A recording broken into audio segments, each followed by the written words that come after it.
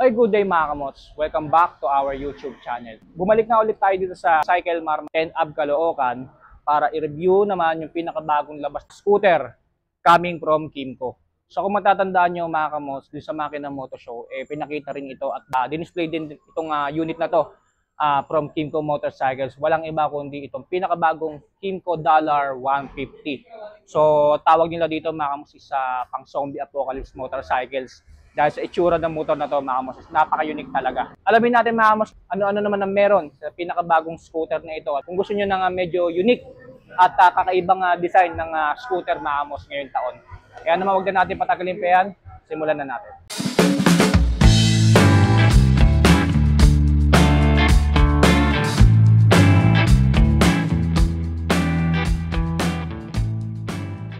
Alright, the all-new Kymco $150. Wow! Sabi nga nila mga kamos, itong motor daw na ito ay parang ang zombie apocalypse motorcycle dahil sa itsura ng design nito, no? Hindi ko alam kung bakit yun ang tinawag nila dito sa motor na to. Pero isa lang ang masasabi ko, kakaiba rin ng design nito coming from Kymco Motorcycles mga kamos, no? So, doon pa lang sa headlight niya na parehas oval shape. So, ito naman yung turn signals niya. So, ang ganda ng pagkakadesenyo ng turn signals niya, oh. Ang haba, tapos unique din, no? Ang ganda. Tapos dito naman sa upper part niya, ayan, so medyo malapad yung upper part niya rito. So ito pala nire-review natin mga kamus is two-tone color, matte black and glossy gold. Ayan. So dito nakalagay diyan mga kamus is Kymco, of course. And then meron tayong pairings dito na parang honeycomb sa gitna. Hindi mo mapaghalata ang 150cc itong isang to mga kamus coming from Kymco. Dahil sa sobrang liit niya mga kamaso. And then napakababa lang ng seat height niya. Ang ganda ng telescopic port niya. So parang meron siyang cover dito na plastic design. Ayan. So pagdating sa telescopic port niya, ito ang ganda. Parang medyo mataba rin yung front suspension niya rito, yung telescopic port. Ayan. Ito po yung palodo niya sa unahan, mga kamos, na glossy gold na paint finish. So meron lang tayo gold decals dito sa gilid. And then dito nakalagay dito mga kamos is $150. Ayan. So mas maganda siguro kung ginawa ng emblem niya ni Kymco, no? Pero ano lang yan mga kamos, decals lang. So napaka-unique din ng taillight niya mga kamos, no? Which is naka-integrated na. Magkasama na yung turn signals doon sa taillight. Ang ganda ng taillight nyo, parang hawig sa kotse. Yung tapalodo nyo sa likuran or yung mudguard. So cover naman yung gulong, of course. Ayan. And then ang ganda din ng reflectorize nyo sa magkabilang gilid. Ayan. So maliit lang. And then meron pa siyang reflectorize dito sa baba. Kagandahan pa dito kay Kymco mga kamos, meron na siyang bukod dito sa mudguard, meron na siyang built-in tire hugger. Ayan. Ganda. So ito naman yung panggilid niya. So wala siyang kickstart mga kamots. Ayan. And then ito naman yung filter niya. And then naka twin shock absorber to mga kamots ha. Take note. So ganyan sa kaliit pero naka twin shock absorber po yan magkabilaan. Alright, so dako na kaagad tayo sa sukat ng gulong ng Kymco $150 mga kamots. So sa unahan, ito ay gumagamit ng 90 by 90 by 12. So naka 12 inches po yung mags niya. And then ang ganda ng itsura ng mags niya mga kamos, naka paint finish na matte black. Ganda, tapos naka-alloy pa yan. And then tubeless star na rin pala tong gulong mga kamos ng Kymco $150 harap at likod. And then ang ginamit naman na gulong ni Kymco para sa Kymco $150 mga kamos is Chengshin tires. So naka-disc brake tayo dito sa unahan, and then ganda ng design ng rotor disc nyo. Wow! Napakaangas. 2-pot caliper tayo rito. Sa pagdating naman sa sukat ng gulong niya sa likuran mga kamots, ito ay naka 100 by 80 by 10. So mas maliit ng konti size ng gulong niya sa likuran, no? So doon kasi sa unahan mga kamots is 12 inches, so ito 10 inches. Pero malapad naman yung gulong niya. Napaka-unique din ng passenger footrest niya, no? Pipindutin mo lang yan, and then mag-e-engage na siya. Wow! And then ang ganda din ng ginamit na metal ni Kymco. Alloy din. Napaka-unique ng mga details ng Kymco mga kamos. Ayan, so pagdating dito sa footboard, ayan, so meron tayong napakalawak na footboard dito. So uupuan nga natin, tignan natin kung kamusta yung legroom natin dito. Ayan. So as you can see mga kamots, Napakalawak ng legroom natin dito. So by the way, 5'9" nga pala ako. Ayan, so hindi naman siya alangan mga kamots. Ayan. And then napaka-spacious ng footboard niya mga kamots, no? Pwede ka pang gumalaw-galaw dito ng paa. And then kung gagamitin mo 'to pamalengke, for sure na marami kang malalagay dito. Dito pa lang sa niya, sa footboard niya, no? Kasi napakalawak. So as you can see, dalawang portion yung upuan niya. Of course para sa driver, tapos isa sa passenger. Ayan, so malambot din mga kamots, and then dapat din ang upuan niya para sa passenger and then do sa driver. Nung inupuan ko to kanina mga kamots, talagang salong-salo yung puwet natin dyan.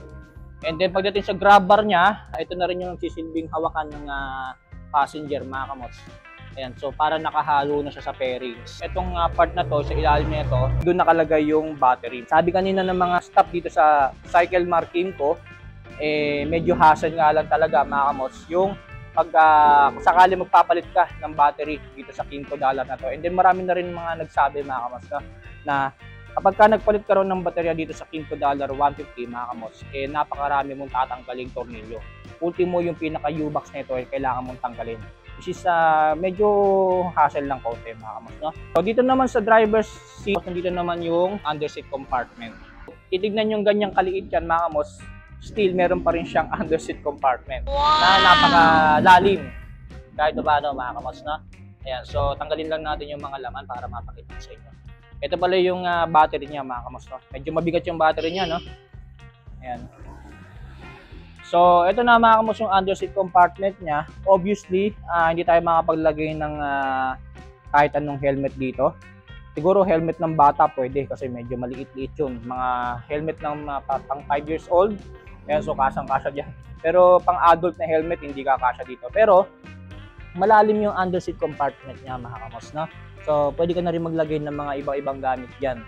Kapote, mga motorcycle documents, and then mga damit. Gagamitin mo itong $5 $150 for camping. Ayan, so madalas kasi mga ganitong itsura ng mga motor ginagamit din sa mga for camping, no? Madalas kayo at palagi kayo nagka-camping mga kamots. So for sure nababagay sa inyo itong pinakabagong $5 $150 sa looks and design niya. And then meron siyang sabitan ng helmet dito sa magkabila. Alright, so dito naman bandang part na to. So as you can see, nandito yung tangke, which is napaka-convenient mga kamots, no? In case na magpapagasolina tayo, hindi na natin kailangan tumayo para magpagasolina. So dito na siya nakapwesto mga kamots, no? Sa unahan. Yan, so dito sa left side. And then ng fuel tank capacity mga kamots, itong pinakabagong $5 $150 ay 8 liters. So kung titignan yung ganyang kaliit yan mga kamots, 8 liters yung niya, yung fuel tank capacity niya, no? Medyo malaki-laki ng konti. Ayan, and then ng fuel consumption nito mga kamots, itong pinakabagong $5 $150 ayon kay Kimco ay 45 kilometers per liter. Meron tayong multi-purpose hook dito na napakahaba. Ayan, no? Sa right side mga kamots, meron tayong side pocket dito na malaki and then malalim din. Meron pa siya nakadrawing na parang baso na may pearl. Parang lagayan daw yata ito ng milk tea. Ewan ko ba't may ganyan design eh. And then, ito naman yung sasian ni $5 $150 mga kamots. Naka-shutter key na siya. Ayan, kung makikita nyo yung below na button na yan, ayan, so para yan sa pagsara ng sasian, no? Ayan. So, ayan, sinara ko na mga kamots. So, dito sa sasian niya mga kamots, nandito na rin yung seat opener. And then yung fuel tank opener. Ayan. Alright, so as we go up here mga kamots, ito naman yung manibela ng $5 $150. Of course, naka-naked handlebar siya. Gloss black yung paint finish. So dito na rin nakapwesto mga kamots yung instrument panel niya na naka-full LCD display na. Ayan, so kaya nga lang hindi pa to naka-activate mga kamots. Sayang hindi ko mapapakita sa inyo yung itsura yung nung LCD display niya or yung instrument panel niya. Pero ito, pakita ko na lang sa inyo mga kamots yung sample display niya ito. Pagdating sa mga buttons niya sa instrument panel, meron tayong mode and then meron tayong adjust. Ayan, so dalawang button po. And then sa baba niyan mga kamots, dito nakapwesto yung power socket ni $5 $150. So meron din siyang power socket mga kamots, no? Pang charge ng cellphone. So talagang hindi rin nagpauli si $5. Ayan, so naka-USB naka-Type C. Ready na siya mga kamots na power socket. Kung Type C yung cellphone mo, yung charging socket niya, So pwede yan dito mga amos. Sasaksakan mo na lang ng wire. And then meron siyang ilaw dito. Ayan. So nandiyan po nakapwesto yung power socket niya. So pagdating sa mga buttons and switches, mga kamos, dito sa left side meron tayong built-in passing dito. Ayan. Ganda oh. Kulay dilaw yung button. Kaya talagang kitang-kita. And then dito high beam, low beam mga kamos. And then turn signals left and right. And then busina. Right side naman mga kamos, nandito naman yung hazard niya. So meron din siyang built-in hazard. And then kakaiba yung switch ng hazard niya, no? Para siyang sa ilaw sa mga bahay. Ayan, no? Kulang switch na to mga kamos para sa engine kill switch. Ayan. So meron tayong engine kill switch dito para in case of emergency, engage lang natin yan, mamamatay na yung engine ng Kymco $150 natin. And then nandito yung electric push starter. Ganda rin ng itsura ng hand grip niya. Ayan. And then pagdating sa bar end, naka-alloy bar end tayo dito na matte black. Ayan. Pagdating sa mga lever brakes niya, ayan, so meron tayong glossy na lever brakes dito. Ayan, and then ito mga kamos yung park brake. Ayan. Kung magpa-park kayo sa mga incline na kalsada mga kamos, ayan, so i-engage nyo lang yan. Ayan, maglalak na yung preno natin mga kamos, no? Alright, so yan po yung looks and appearance mga kamos na itong pinakabagong Kymco $150. Kaya naman alamin na natin mga kamos ng engine specs at iba pang features itong pinakabagong motor na ito coming from Kymco.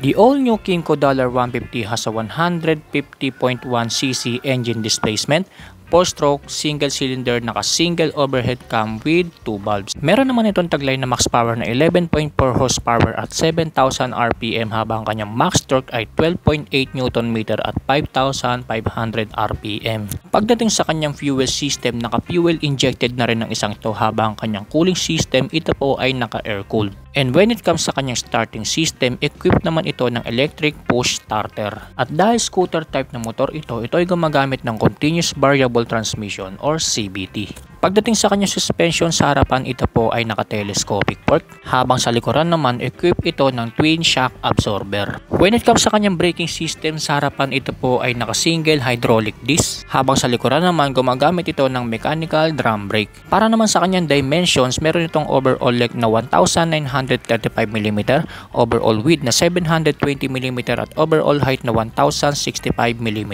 At meron naman itong seat height na 745mm habang ang kanyang ground clearance ay 138mm at ang kabuuang bigat ng motor na ito mga kamos ay 125 kg.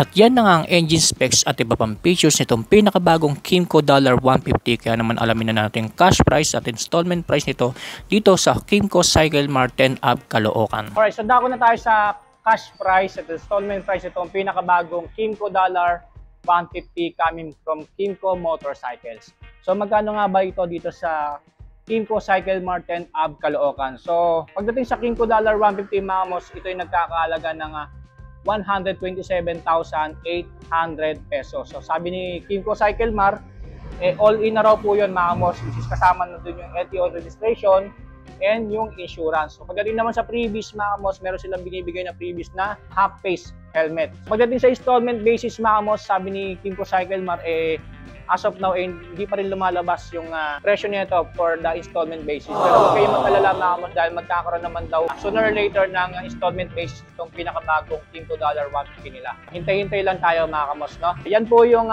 cash basis mga kamos, or cash price nitong pinakabagong Kymco $150. So kung nagustuhan nyo to mga kamos at bet na bet nyo yung design nito, kung kayo mahilig sa mga camping, so I'm sure nababagay sa inyo to mga kamos, no? So, message na lang kayo sa Facebook page ng Kymco Cycle Mart mga kamos. Ito, pag-flash ko na lang sa screen. Sa mga interesado dito sa pinakabagong Kymco $150.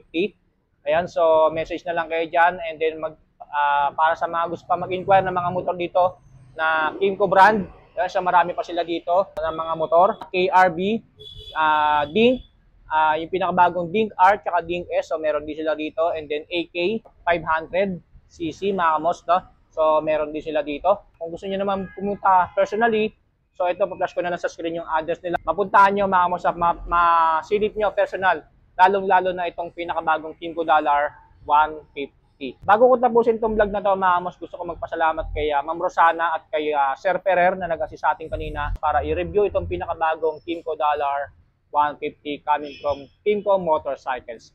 So paki-follow nyo na rin pala ang ating Facebook page mga kamos dahil marami pa tayong ilalabas na mga motorcycle reviews sa mga bagong labas na mga motor ngayong para lagi rin kayong updated mga kamos kung ano ba yung mga motor na babagay sa inyo at mga hinihintay nyo ngayong 2025. So muli maraming salamat sa inyo mga kamos. Stay safe, ride safe always.